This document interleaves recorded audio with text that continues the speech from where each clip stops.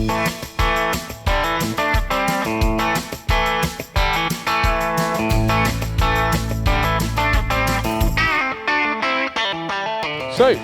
the LAA Grass Roots Fly-In at Popham. This is the aircraft park. There's room for apparently 300, not 300 here yet. Weather's slightly interesting. Ed, what have you seen that you like?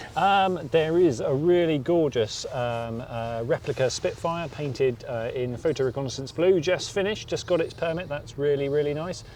Big range of RVs, loving the sling high wing. It's really interesting to see that, having it's made its journey from Oshkosh. And there's a bunch of vintage aeroplanes. But just look around us. This parking area has really worked. There's so much to see. There is quite a lot to see. I'm quite glad to see a couple of Osters over there. It's always good to see an Oster. The world is a better place for a as few ever. Osters. There's more RVs than anything else, probably. There's quite a good representation of Jabiroos around. Yeah. Eurostars, quite a few of those. Yeah. And the kind of non-LAA aircraft are all parked elsewhere. Over there. This kind of segregation, apartheid for aviation, as it were. Yes. But yeah, no, great. It's fantastic, and weather a tiny bit damp, but hey, the enthusiasm level is super sunny. Absolutely. I think let's go take a closer look at that Spitfire. Okay, great.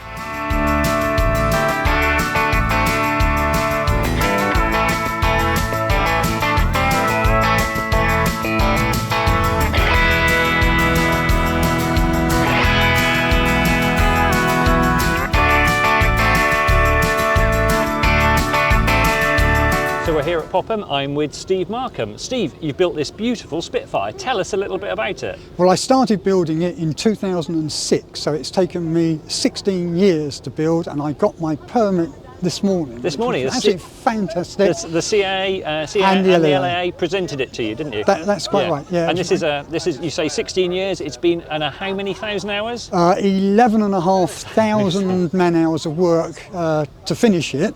And then it went to RAF Odium for taxi trials, and all the work since then I haven't counted, so I don't know how many hours that is. That's a few more. And it's the Mark 26 kit? It's a Mark 26 with the V6 engine, with the liquid-cooled V6 engine that puts out 266 horsepower. Oh, okay, fantastic. And 2 seats? 2 seats, but the passenger can only weigh up to 75 kilos, and it's a little bit cosy. So. Cosy in the back. Mm-hmm. And just what sort of, as a for a lot of people having their own personal little mini Spitfire, what sort of numbers can they expect to see? If I'm feeling very rich, I can fly it at 175 knots, but a more reasonable speed is 140 knots. Okay. And this aircraft has got wing tanks as well as a main tank.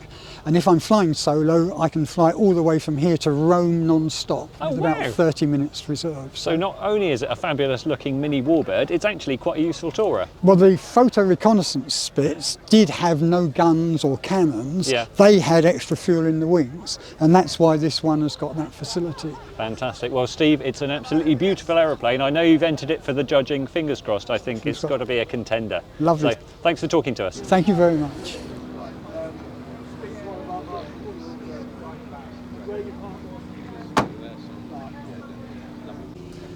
Okay, so the first time I saw a Sonix, I wasn't hugely complimentary about it. Its looks are individual, should we say.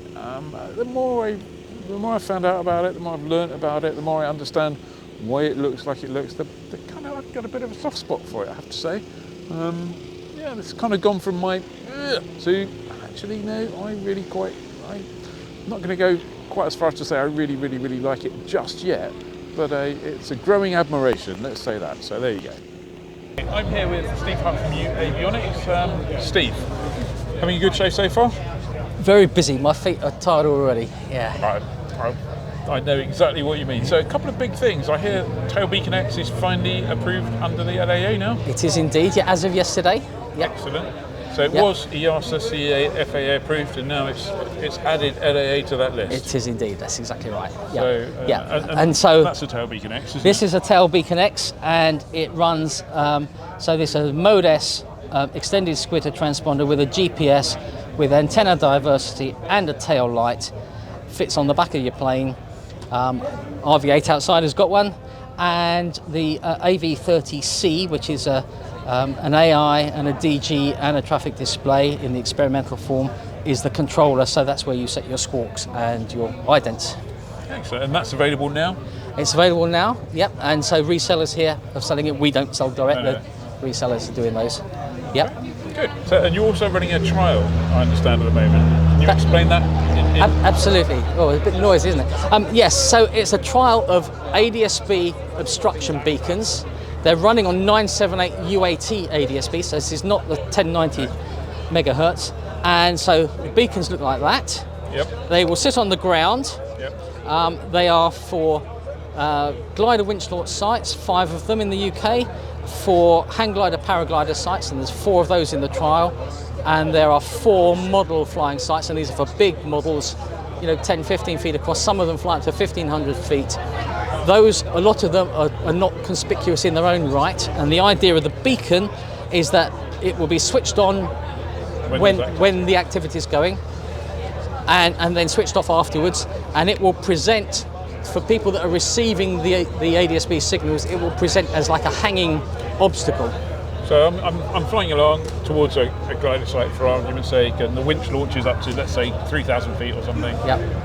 And it just looks to me as if there's some traffic stationary at 3,000 feet. Well, it's actually an obstacle. So things like Sky Demon already so there's a thing called emitter category, you say what type of thing it is. Yeah.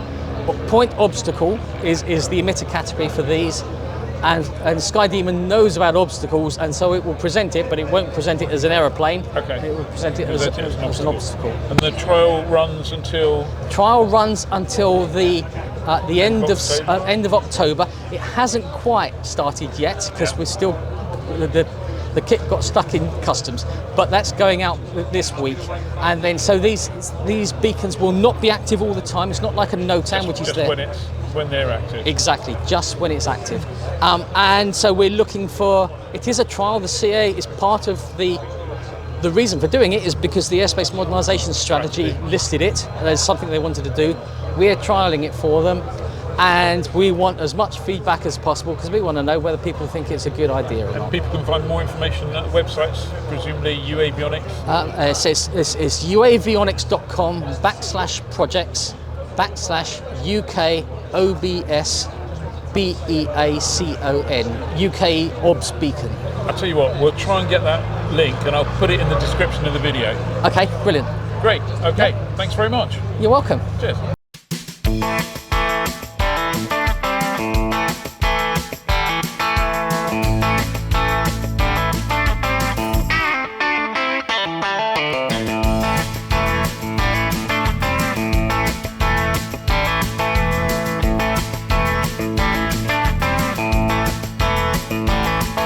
So we're here at the LAA Grass Roots Fly-In. I'm here with Tim Hardy, who's UK representative for Sling Aircraft. Tim, great to see the Sling High Wing on the stand. Can you tell us a little bit about how it got here? Well, it was a very long journey, effectively. So Johannesburg through Accra in Ghana, or Luanda in Angola, Accra in Ghana, then up to the Cape Verde Islands, and then the big leg across to Barbados. Barbados to Nassau, Nassau to Louisville, Kentucky, Louisville to Oshkosh, basically. Fantastic, which is where I last saw the aeroplane, Yeah. and it's weird to then turn up at Popham, and it's like, and here's the Sling High Wing again. It's the same one. Yeah, so, and I think James flew it via the North Atlantic, via He did, yes. what was the route? It was... So Canada, so is it, I'm just trying to think what the name of the airport is, I can't remember, but basically into Greenland. Greenland, yeah. That unpronounceable. Would it Narsassuaq beginning maybe? Yeah. with N. Then across to Reykjavik, then Wick, and Yeah. then Wick straight down to Top Farm. Okay, so it's been at Sling UK HQ for a few days, yeah. So fantastic. So have you had a chance to fly the aeroplane? I guess you have. I have, yes. Yeah, and could describe what it's like for people who kind of might not know slings? So the folks who don't know, most of the slings, well, all of the slings now except for this one, are all completely aluminium. Yep. This one has a carbon composite front section. Yep. And because of that, it's actually very quiet. Okay. So I transitioned from another aircraft to Sling. Yep. And when I first flew a Sling, I noticed how quiet it was inside. But this takes it to the next level. Okay. Yeah. So I've got a pair of noise cancelling headsets, which I noticed that I wasn't actually using in here. Okay. Yeah. Which was really bizarre. Yeah. But I think the composite probably has some sound deadening qualities. Yeah, and it's the Rotax 915IS, isn't it? Yes. So 141 horsepower, Yeah. and obviously, just like the TSI, it's 4 seats, isn't it? Yeah. But obviously high wing, no struts because it's cantilever. What sort of numbers are people seeing? So cruise speed, useful load, talk us through those. Yeah, so a standard economy cruise, we're talking 135, something like that. Okay. Obviously, if you put the throttle forward, you're going to start consuming more, but you can cruise it up to 145 knots. Okay, yeah. So and what sort of fuel consumption is that? So at 145, you're talking about 32 litres an hour. Okay. Economy cruise, you're back around 27, 28. So those numbers are slightly more than the TSI because this is a more draggy airframe than the TSI. Right. But generally, compared to a lot of legacy aeroplanes, that's quite a good number. That's really good. And Yeah. in terms of useful load, obviously you've got 4 seats. Is it a kind of, swap one thing for another kind of game? Well, flying's all about compromise, isn't it? Yeah. So it's a payload of 450 kilos.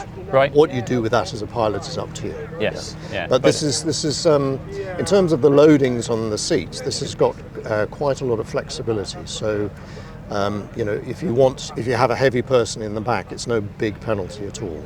But Yeah. you've just got to manage the payload. Okay. And timeline, obviously, this is it's one of the new types we're going to be talking about in Speaker's Corner later on. Yeah. But timeline, from your point of view, what's going to be happening with the high wing coming into the UK? Okay, so next stage is visiting the LAA, which we hope to do sometime next week, weather permitting. Yeah. We haven't yet allowed them to come and have a look, simply because we just haven't had the time. Yeah. Yeah. But obviously the stage then is to go through the formal build approval process, and then once the first of type has been completed, it'll be the usual flight testing that we'll do then. Fantastic. But And, I'm pretty confident that it's going to Okay, do well. and I think you before we started recording, you said I think you've got 4 people potentially in the queue. Yes, to we build? have 4 customers, and hopefully there'll be a few more interested parties today. Yeah, and obviously you can get it in tailwheel as well, can't you? You can, yeah, as you saw in Oshkosh. Yeah, which is really, I think this is pretty, but I think the tailwheel is even prettier. Yeah. So I look forward to seeing that. Yeah. Tim Hardy, thanks very much. Ivan Shaw's going to probably hate me for this, but I've always thought the monowheel Europa is probably a little bit. It's great when it's an inch above the ground, Yeah. but it's a little bit tricky on the ground. And I know Ivan's a big monowheel fan. Personally, this tail draggy gear on a Europa has got to be the way to go. I love it. I think a Europa with this tailwheel configuration looks really good. I think this is the Swiss gear one.